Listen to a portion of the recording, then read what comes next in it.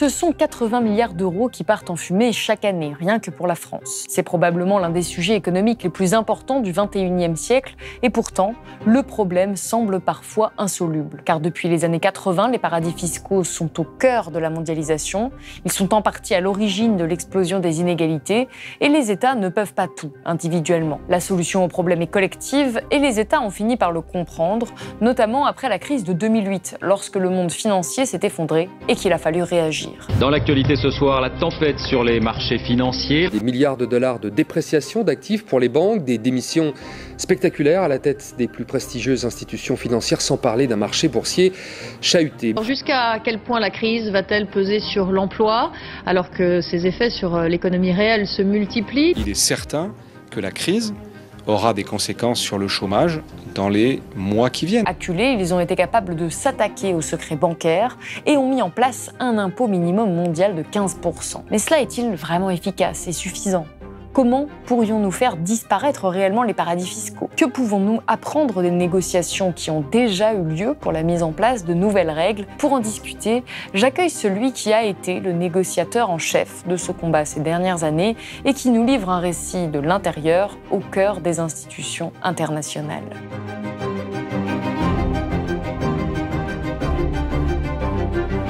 Pascal Saint-Amand, bonjour. Bonjour. Vous avez été l'architecte de la réforme de la fiscalité internationale au cours des 15 dernières années en tant que directeur fiscal de l'OCDE. Vous êtes aujourd'hui professeur de politique fiscale à l'Université de Lausanne et vous avez publié ce livre, Paradis fiscaux, comment on a changé le cours de l'histoire, aux éditions du Seuil.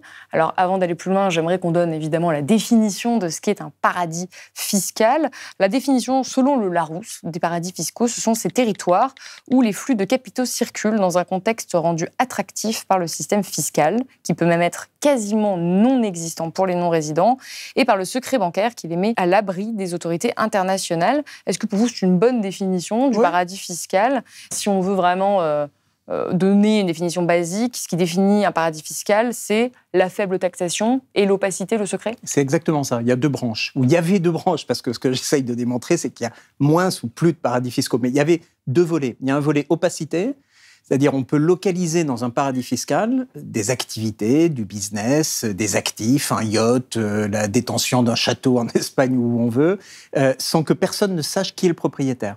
Donc, on dissimule, on met un écran, en quelque sorte, entre soi-même et les biens qu'on possède ou les revenus que l'on fait. Ça, c'est l'opacité. Puis le second volet, c'est il n'y a pas de fiscalité. Il y a zéro ou très peu de fiscalité. C'est que si je localise des profits, si je suis une entreprise et je localise des profits dans un paradis fiscal, ou si je suis un particulier et je localise des revenus dans un paradis fiscal, ils ne seront pas taxés. Et donc, le cumul des deux, c'est je ne suis pas taxé et je ne serai pas taxé dans les pays où je vis, parce qu'en général, je ne vis pas dans le paradis fiscal, parce que le pays où je vis n'aura jamais l'information sur ce qui se passe dans le paradis fiscal.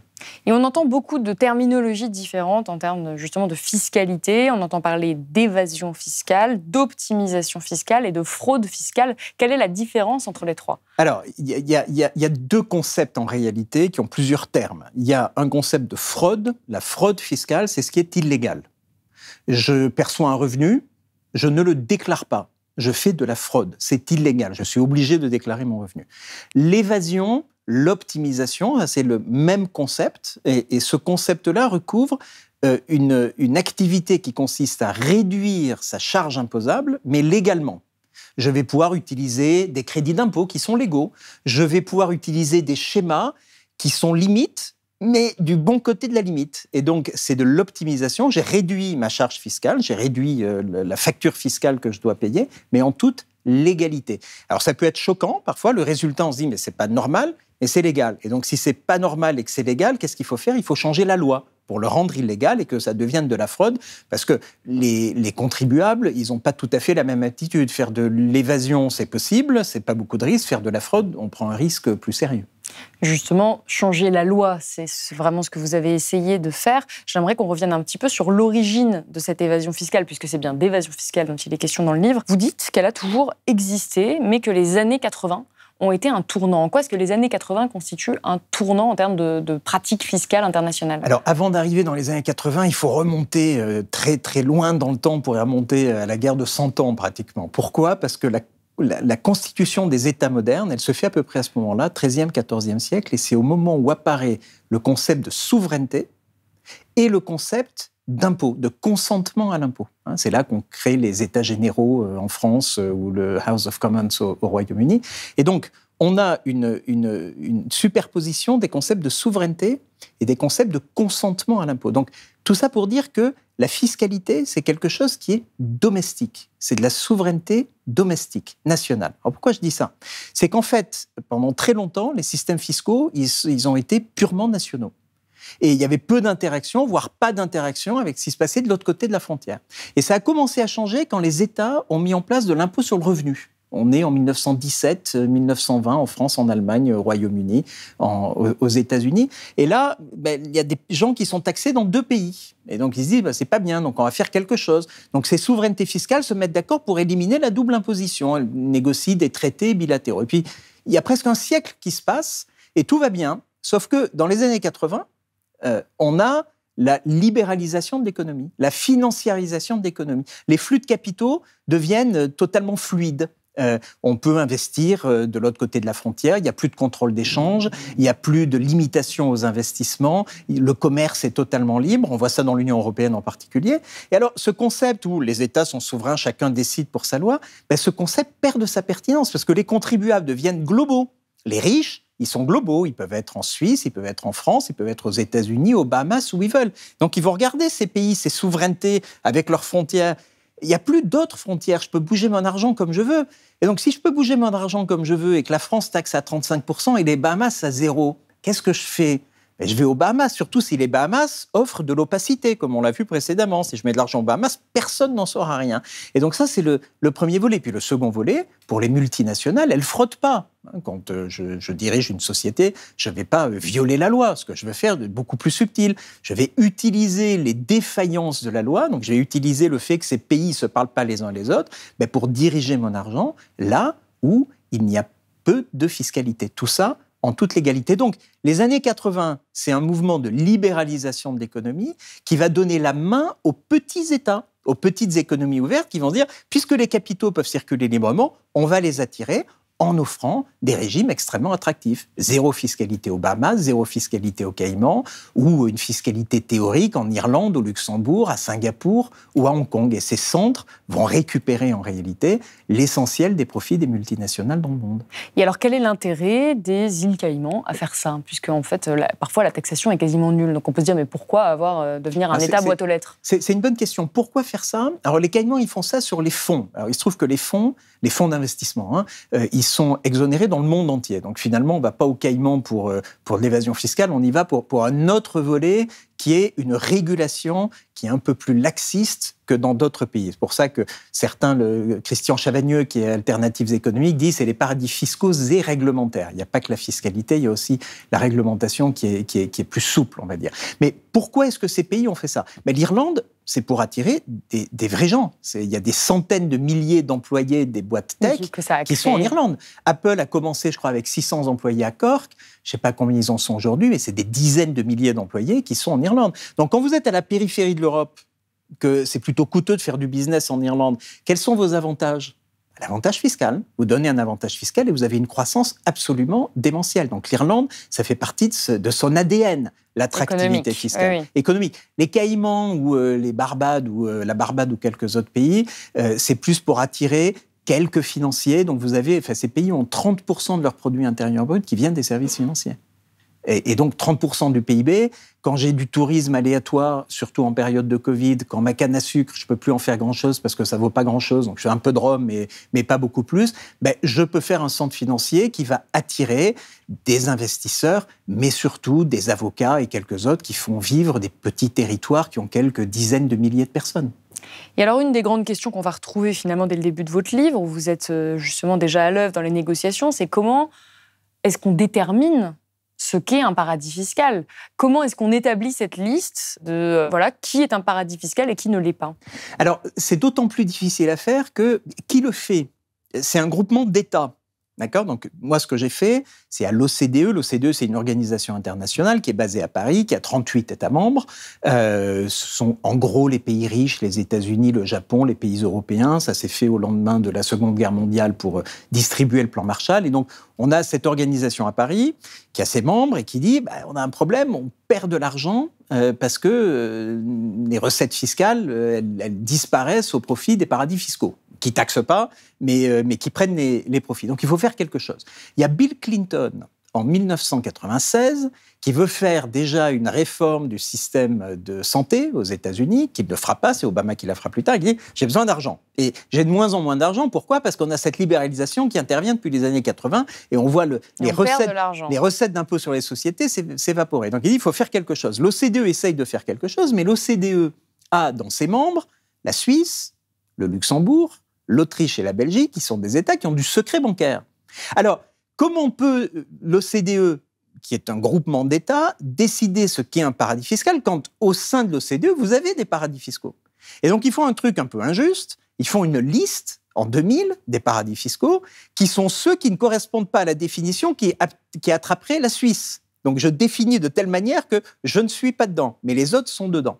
Et donc, évidemment, les Bahamas et les autres poussent des hurlements, à juste titre, en disant « Attendez, vous ne pouvez pas nous blacklister, et tout l'argent va aller en Suisse, qui, elle, n'est pas blacklistée. » Donc, moi, quand j'arrive en 2008, il y a la crise financière qui a frappé, donc tous les pays sont extrêmement nerveux, notamment les grands pays, et c'est là que les grands pays disent « On ne va pas se faire prendre au piège de faire plaisir aux Suisses. Les Suisses, qu'ils le veuillent ou non, ils vont devoir changer. » Et donc, si on fait une liste, et moi j'ai proposé au G20, donc le G20, c'est les 20 plus grandes économies mondiales, ça va de la Chine, les États-Unis, les pays du G7 comme la France, l'Italie, le Royaume-Uni et quelques autres.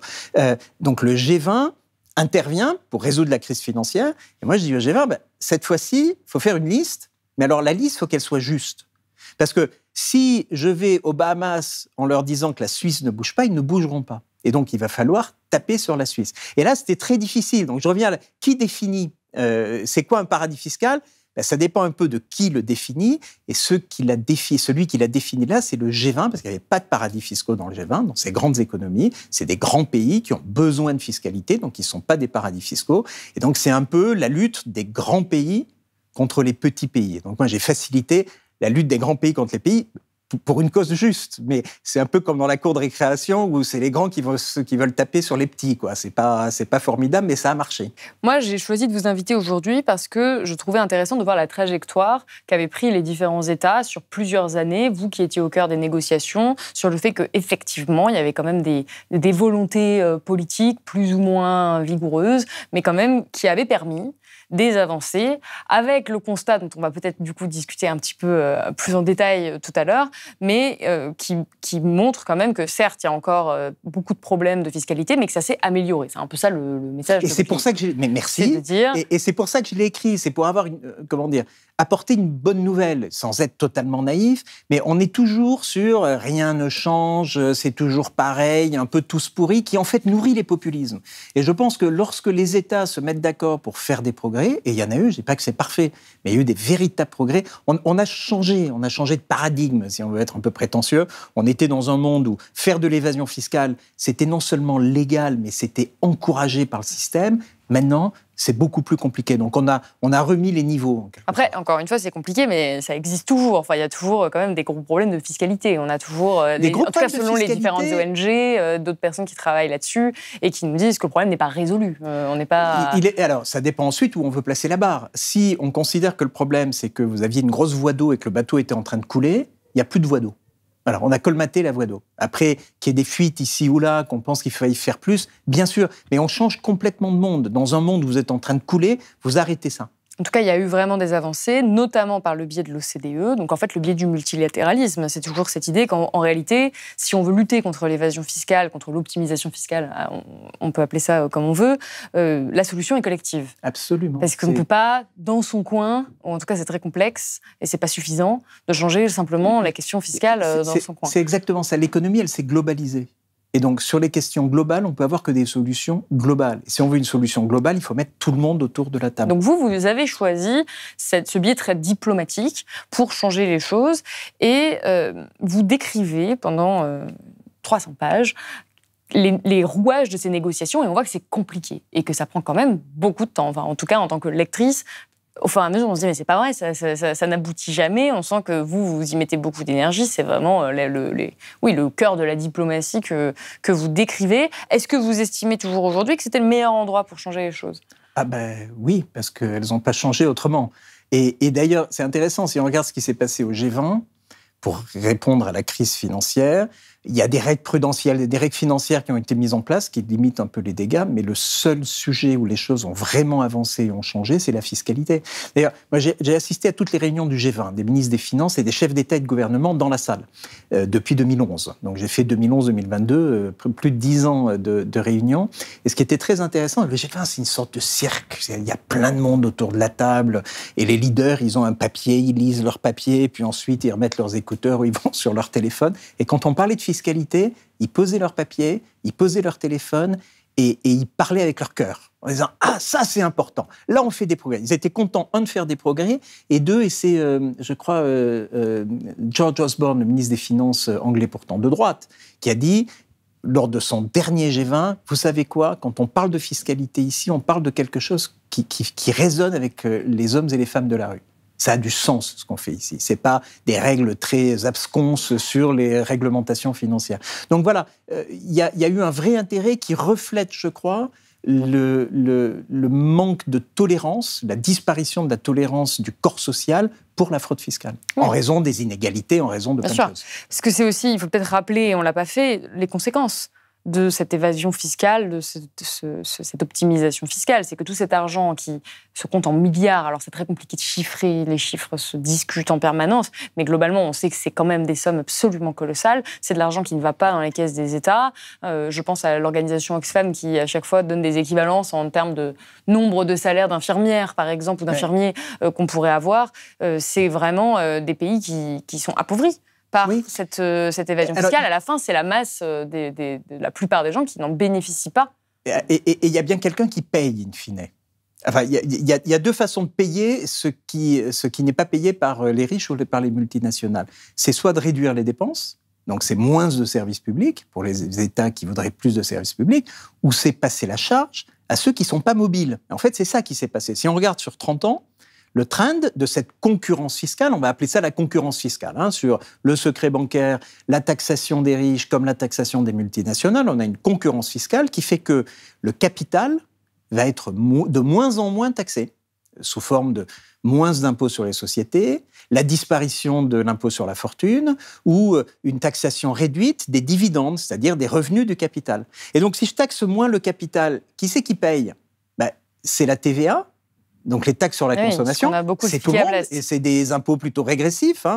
Plus je suis pauvre, plus ma contribution par rapport à mon revenu est importante, ou c'est l'impôt sur le revenu. Mais l'impôt sur le revenu, sur les revenus du travail, qui pèse davantage sur les travailleurs que sur les capitalisés. Donc ce qu'on a eu au cours des 30 ans de globalisation, c'est un accroissement de la richesse totale du monde.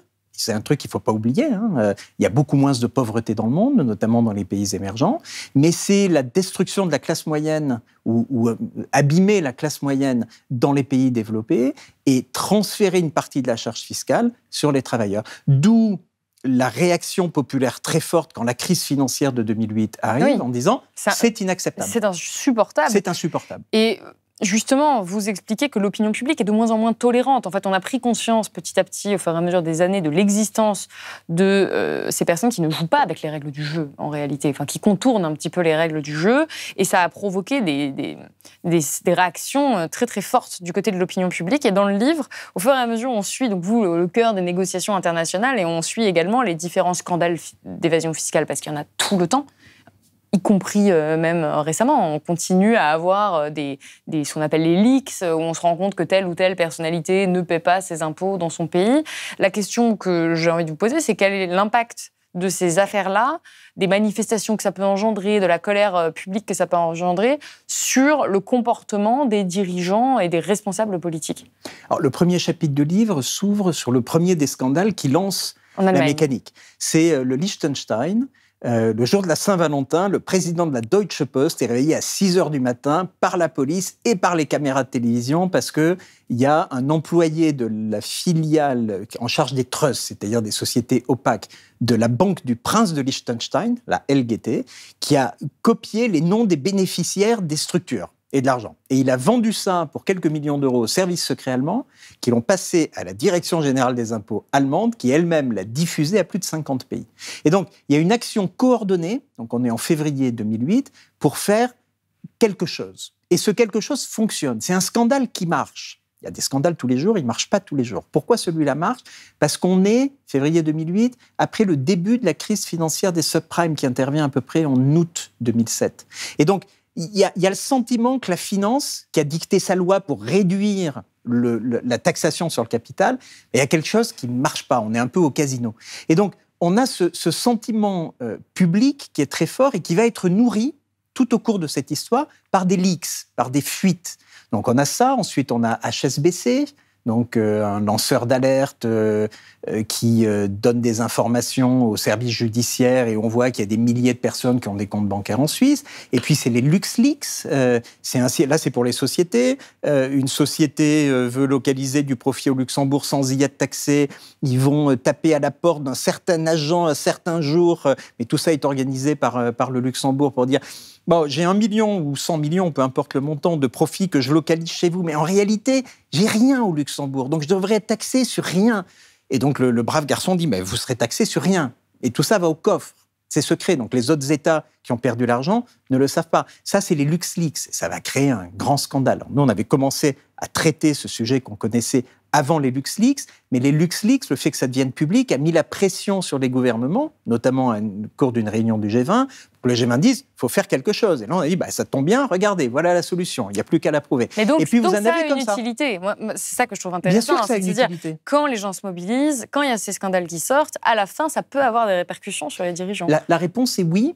Ce qui est intéressant, néanmoins, juste pour être un peu plus dans la nuance, c'est que les dirigeants n'ont pas attendu les scandales pour agir, mais les scandales ont permis de maintenir la pression sur les dirigeants pour qu'ils continuent d'agir. Vous voyez ? Donc ça s'est nourri mutuellement. Et peut-être également d'agir plus vite.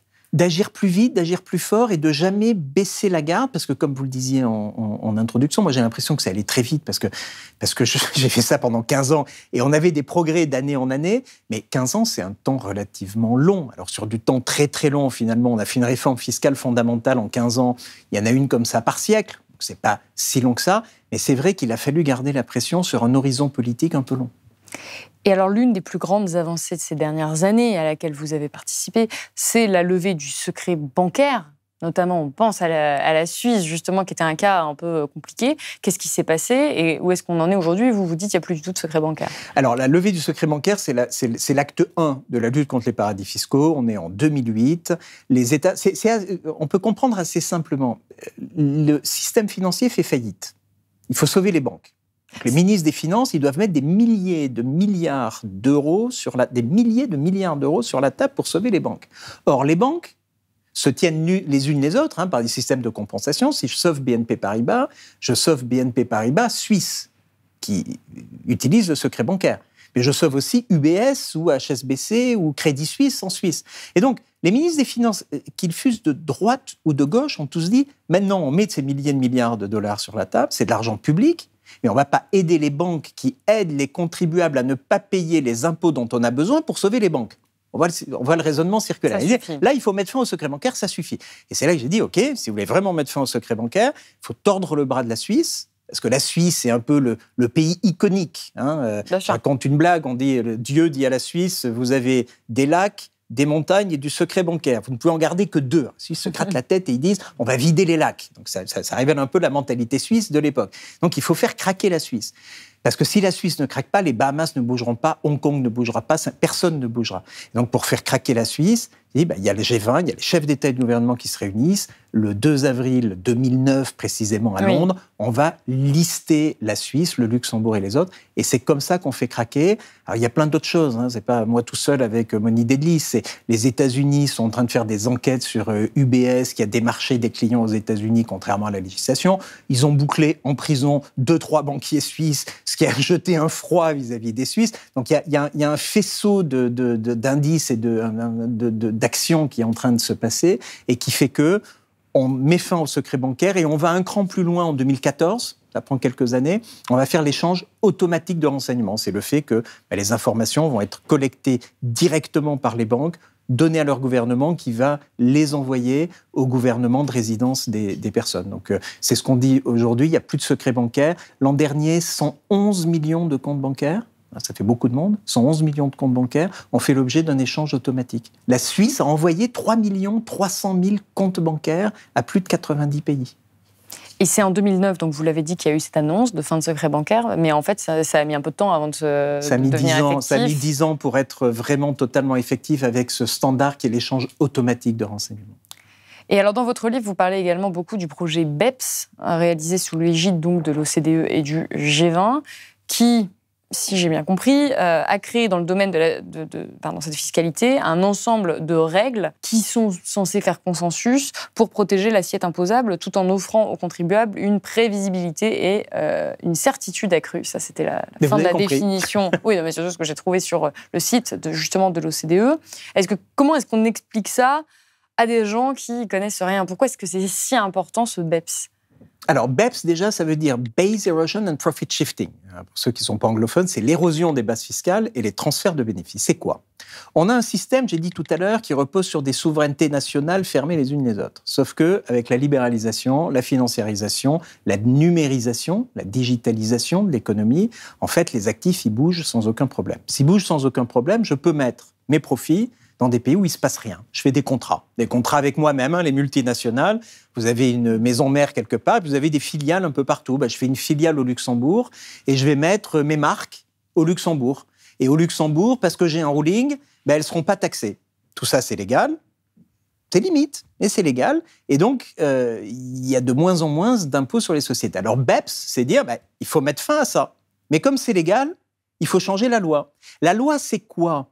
La loi, c'est des conventions fiscales, des traités, des choses internationales. Mais c'est aussi des règles un peu obscures, compliquées, des prix de transfert et autres. On ne va pas rentrer dans le détail. Mais vous avez tout un ensemble de règles qui font que les entreprises peuvent légalement mettre leurs profits dans des pays où il ne se passe rien. Nous, ce qu'on dit, on va changer ces règles. Pour changer les règles, il faut que les pays se mettent d'accord, parce qu'ils sont tous souverains. Et donc, il faut mettre autour de la table les pays du G20, les pays de l'OCDE, les pays en voie de développement qui vont venir autour de la table pour négocier des nouvelles règles. Et là, il faut créer une dynamique dans la négociation, parce qu'autour de la table, il y a aussi la Suisse, le Luxembourg et l'Irlande. Et là, on dit, non, je ne vais rien changer. Et il faut que les États-Unis disent à l'oreille des Irlandais, si, tu vas changer.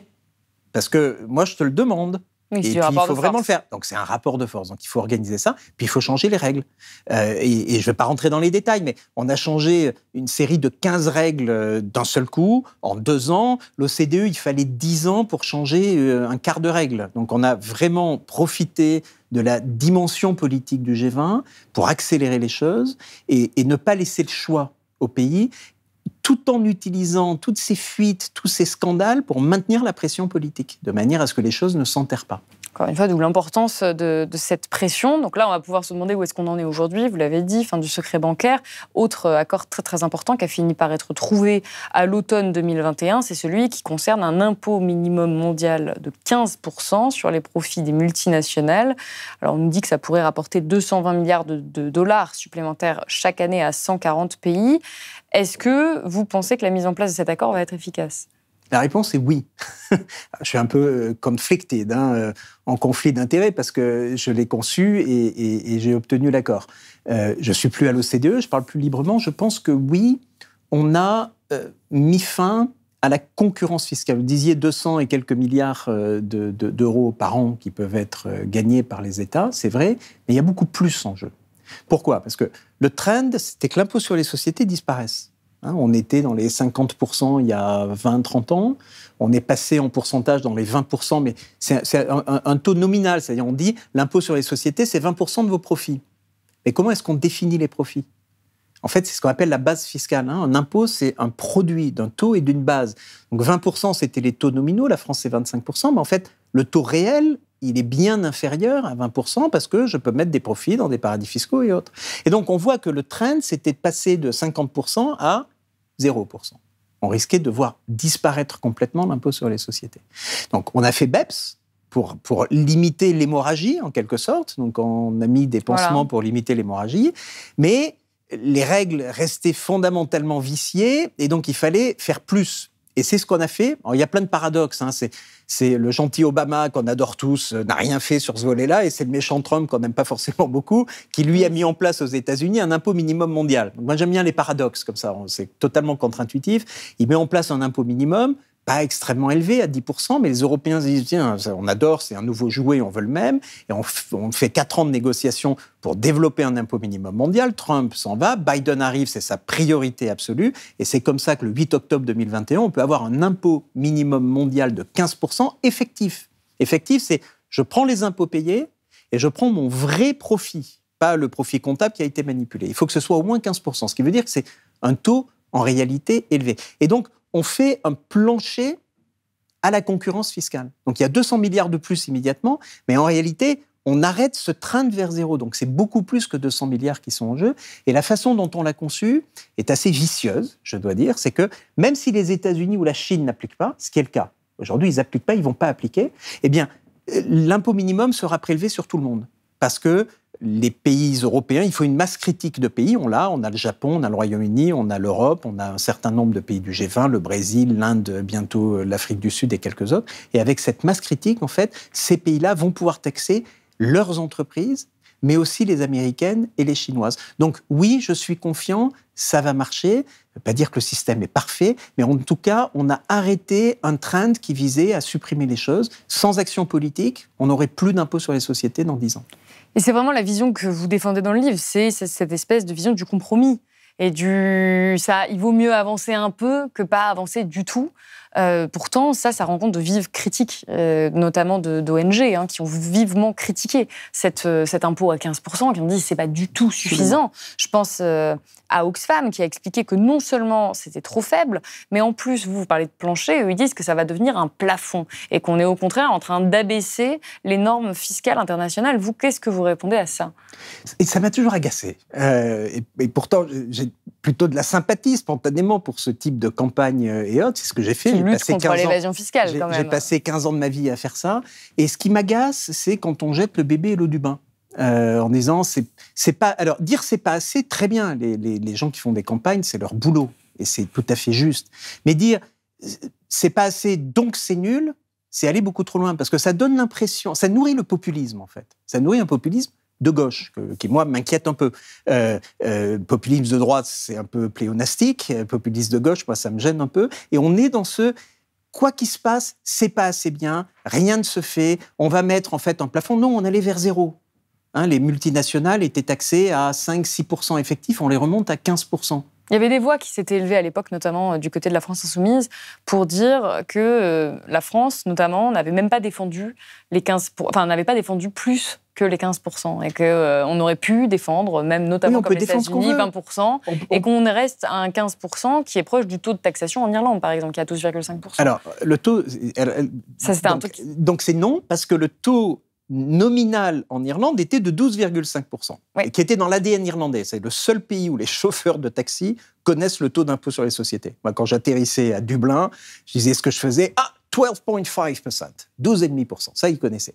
Mais en réalité, il y a un taux, il y a une base, comme je l'ai dit. La base fiscale en Irlande pour les entreprises américaines, c'est essentiellement les entreprises américaines, était très réduite. Donc le taux effectif d'imposition en Irlande était plus près de 3, 4, 5% que de 12,5%. Passer de 3-4% à 15%, c'est pas rien, c'est significatif, c'est en réalité assez important. Seconde remarque, les Français oublient parfois qu'ils ne sont pas les seuls au monde. C'est marrant, c'est très contraire à l'ADN français. C'est pour ça d'ailleurs qu'on est taxé d'arrogance par le reste du monde. On pense qu'en France, on a 50% de taux de prélèvement obligatoire sur le produit intérieur brut. Donc on socialise, c'est un choix de modèle social qui me va très bien. On pourrait peut-être dépenser mieux l'argent, mais on a ce choix-là. Il y a d'autres pays qui n'ont pas ce choix-là. Les Irlandais, ils ont un autre choix.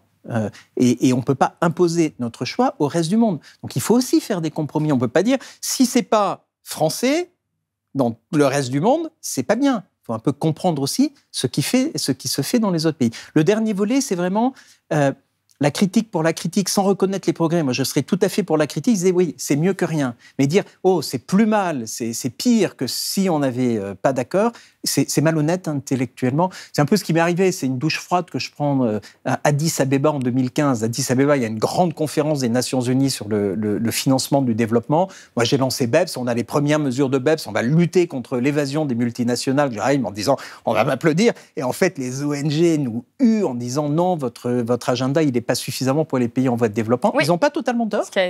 Ils ont d'ailleurs une critique des 15% aussi. Mais pareil, jeter le bébé avec l'eau du bain, non, c'est excessif et ça fait douter des progrès. Donc ça nourrit la machine de rejet du système, en tout cas de la capacité de progrès que peut avoir le système si on met de la pression. Mais après, encore une fois, ce que disent les ONG, c'est que ça ne va pas assez vite, ça ne va pas assez fort, que ça va même, donc peut-être même dans l'autre sens, et que 15%, c'est ridicule, en réalité. Mais c'est ridicule de dire ça. Voilà, enfin, ma réponse, vraiment, c'est ridicule de dire ça. 15%, et j'essaye de le dire dans le livre, j'essaye d'amener les lecteurs dans la salle de négociation. Et puis aussi dans quelques paradis fiscaux, parce que c'est marrant et que ça permet de voir à quoi ça ressemble. C'est en ça que c'est très intéressant, parce qu'on comprend les freins, en fait, qu'il y a, politiques, diplomatiques, enfin, ils sont très, très nombreux, géopolitiques, vous décrivez toutes les situations. Effectivement, on ne peut pas arriver dans la salle de négociation et dire « Allez, maintenant, c'est comme ça ». Non, il faut faire des massages à tout le monde pour qu'on se mette d'accord sur quelque chose. Mais une fois de plus, ça a été une histoire des grands pays contre les petits pays. Et si vous allez en Irlande, en Suisse, à Singapour, vous avez des gens qui sont extrêmement mécontents. Et si c'était rien, ce qu'on avait fait, pourquoi est-ce qu'il y aurait eu ce lobby absolument puissant et extrêmement en colère contre ce qu'on faisait ?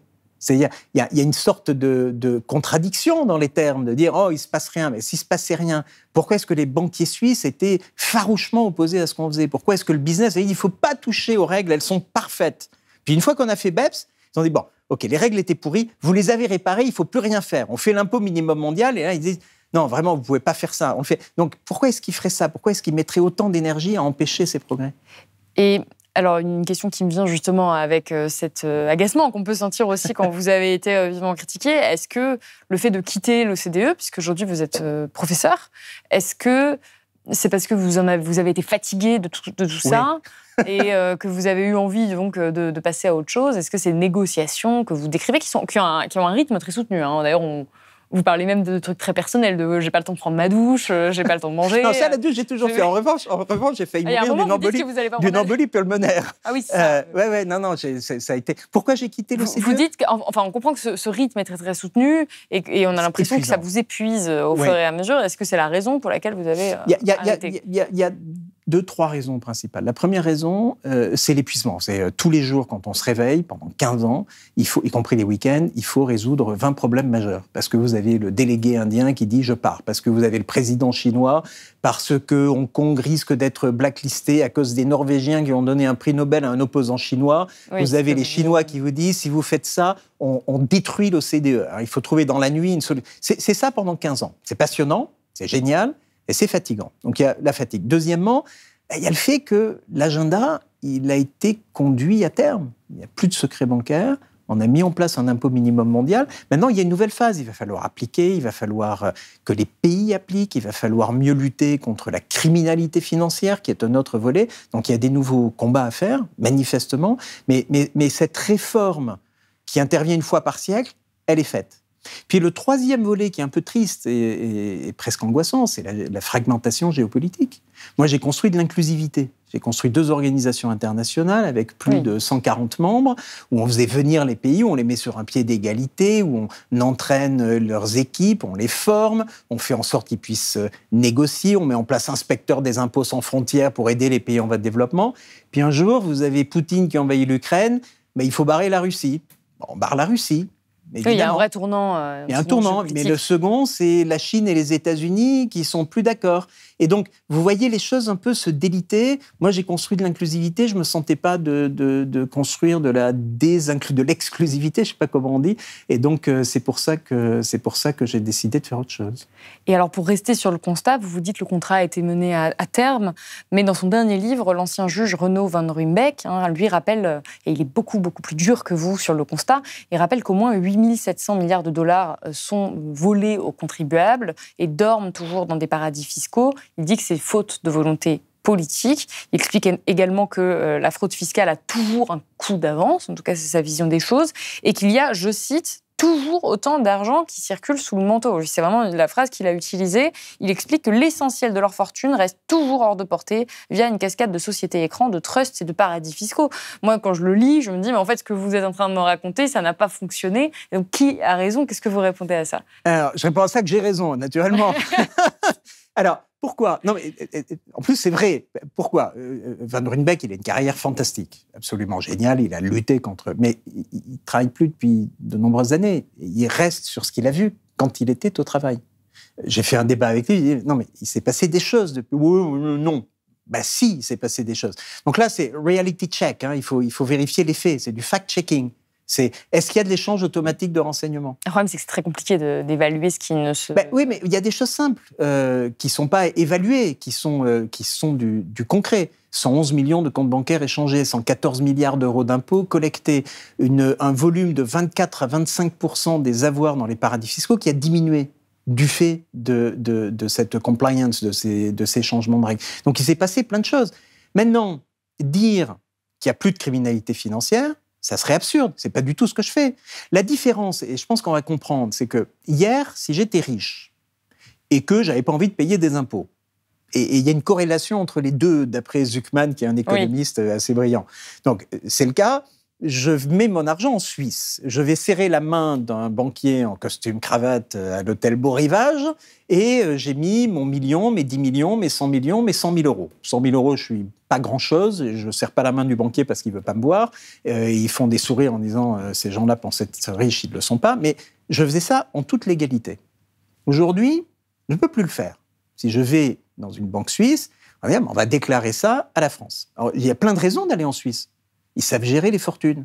Ils ont des family office. Si vous êtes très riche, c'est pas mon cas, j'aimerais bien, mais il y a des tas de comment vous gérez votre fortune, comment vous gérez votre succession, comment vous faites en sorte que votre empire industriel est correctement réparti entre les enfants. Donc il y a plein d'autres choses que les Suisses savent sans doute mieux faire que les Français. Donc il y a d'autres raisons. Mais si j'y vais pour des raisons fiscales, c'est fini.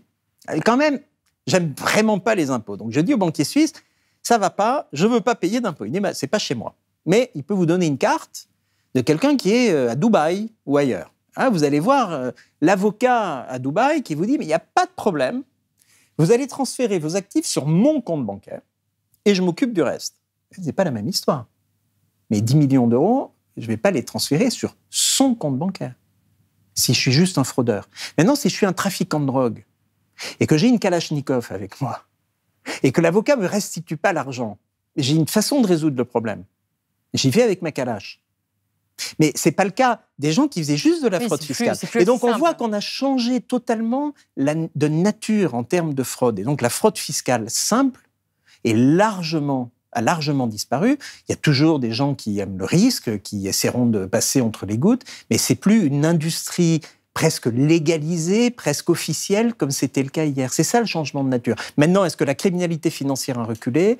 Est-ce que la lutte contre le blanchiment d'argent a fait suffisamment de progrès? Non, mais là, on est sur de la police, on n'est pas sur de la policie, sur le changement des règles. Moi, ce que je trouve intéressant dans sa déclaration, c'est cette idée qu'ils ont un coup d'avance. C'est-à-dire que oui, les règles que vous avez mises en place existent, mais qu'ils vont trouver d'autres manières de les contourner. C'est vrai, il y a toujours un jeu de gendarmes et de voleurs. Le problème, c'est qu'hier, il n'y avait pas de gendarmes. Oui, donc c'est ça. Il n'y avait pas de règles. C'est ça le donc, changement. là, maintenant, on a des règles, donc il peut y avoir ce jeu. Puis, la seconde chose, c'est que cet impôt minimum mondial de 15% qu'on a mis en place, il est vraiment vicieux, il est très compliqué. D'ailleurs, il est extrêmement compliqué. Donc, les entreprises se plaignent à juste titre qu'il soit trop compliqué. Mais il est fait de telle manière que c'est quand même extrêmement difficile de le contourner. Le seul risque qu'on a, c'est un risque géopolitique. C'est-à-dire si on a une vraie fracture entre l'Est et l'Ouest, entre le Nord et le Sud, ou même entre les quatre, là, on peut recréer des interstices de manque d'information, de manque de coopération qui pourraient recréer des opportunités. On n'en est pas là, et même au G20, l'histoire fiscale continue de fonctionner. Donc voilà, on croise les doigts. Et Si vous deviez mettre en place une nouvelle mesure en termes de fiscalité internationale, est-ce que vous avez des idées ou est-ce que vous pensez que ça y est, tout est fait et que... Non, bien sûr que non, pas tout n'est pas fait. Je pense que sur les entreprises, c'est largement fait. Je pense que sur la lutte contre la fraude des personnes physiques, c'est largement fait. Mais il reste plein de choses. Il reste la taxation à l'impôt sur le revenu. On a ce trend de baisse de la taxation sur le capital. À mon avis, la collectivité mondiale doit pouvoir faire quelque chose pour mettre fin à ça. La concurrence fiscale en matière d'impôt sur les personnes physiques, ça c'est quelque chose à faire, en prenant en compte d'ailleurs le monde post-Covid. Il y a plus en plus de gens qui veulent bouger. Comment est-ce qu'on accompagne ça ? J'ai pas de réponse. J'étais au Barbade il n'y a pas très longtemps. Il y a plein de Canadiens qui sont allés au Barbade pendant le Covid. Ils ont envie d'y rester. Comment on traite ça fiscalement ? C'est une question ouverte. J'ai pas la réponse. Puis il y a un second volet qui est le plus important, c'est le changement climatique. Comment est-ce qu'on fait en sorte que les émissions de carbone aient un prix ? C'était ma dernière question. Comment les émissions de carbone aient un prix ? Quand on essaye de le faire, on a les gilets jaunes, parce que c'est assez injuste. C'est assez injuste. On taxe le carbone, les gens vont dans la rue en disant c'est pas possible. En France, les gilets jaunes, mais en Bolivie, il faut une révolution. Et donc, on a un vrai problème d'économie politique de la réforme. Il faut concevoir quelque chose de neuf. Est-ce que c'est de la taxation progressive ? Est-ce que c'est de la taxation de l'aviation ? Moi, récemment, il y avait un sommet à Paris pour le financement contre le changement climatique et contre la pauvreté. Moi, j'ai fait la proposition de mettre en place, au moins, de mettre le pied dans la porte, de taxer les émissions de carbone du shipping, du transport maritime. 3% des émissions mondiales sont faites par le shipping. L'Afrique, c'est 4% des émissions. Ça donne un ordre de grandeur. Et le shipping, aujourd'hui, il n'y a pas d'impôt sur les sociétés. Ils n'ont même pas l'impôt minimum. Eux, c'est le seul secteur qui n'a pas été mis à l'impôt minimum. Parce que s'il y a un pays qui n'applique pas, en fait, tout le shipping peut aller dans ce pays, comme le Liechtenstein et le Luxembourg, qui n'ont pas de port, mais tout le shipping mondial pourrait être incorporé là. Donc, on n'avait pas suffisamment d'accords pour faire ça. Et le fuel utilisé par les bateaux est taxé à 0. Et donc là, il faut faire quelque chose. Donc, c'est le prochain grand chantier. Dernière question sur, par exemple, ce rapport de l'Institut des politiques publiques qui est paru récemment, qui a fait beaucoup de bruit. On s'est rendu compte qu'en France, les très riches, les très aisés payaient très très peu d'impôts par rapport au reste de la population et que ça passait notamment par des sociétés, notamment des sociétés qui sont basées à l'étranger. Et qu'est-ce qu'on peut faire contre ça ? Est-ce que ça rentre, par exemple, dans le cadre de la lutte contre l'optimisation fiscale ou est-ce que pour vous, c'est une question purement nationale qui ne se réglerait pas à l'international ou le contraire ? Alors, ce rapport, il dit que les plus riches, on est aux 0,1% des plus riches, je crois, payent 2 ou 3% d'impôts par rapport à leurs revenus. Sauf que on est toujours sur les questions de base fiscale. Ils mettent dans les revenus des choses qui ne sont pas forcément perçues matériellement par les gens. Donc, il peut y avoir un débat. Ce que ça veut dire, néanmoins, et ce rapport, il est pertinent en ce sens, c'est qu'on voit que la taxation du capital, elle a beaucoup baissé au cours des 30-40 dernières années et qu'il faut rétablir les équilibres. Comment on rétablit les équilibres ? En faisant en sorte qu'on limite la concurrence fiscale entre États. C'est ce qu'on a fait pour les sociétés. C'est ce qu'il faut faire pour les personnes physiques. Puis ensuite, c'est à chaque pays de décider, mais je pense qu'un meilleur équilibre entre la taxation du capital et la taxation du travail est un bon débat politique à avoir, on peut dire. Écoutez, c'est la fin de cette émission. Merci beaucoup, merci à vous. Pascal Saint-Amand, d'avoir été sur le plateau de Blast. Je rappelle que votre livre « Paradis fiscaux, comment on a changé le cours de l'histoire » est disponible aux éditions du Seuil. Merci. C'est la fin de cette émission, j'espère qu'elle vous a plu. Je trouvais ça intéressant de donner la parole à quelqu'un qui a une vision différente de celle de l'ONG Oxfam, par exemple, que nous avions déjà reçue sur le plateau de Blast sur les questions de fiscalité, et surtout, quelqu'un qui a un rôle différent.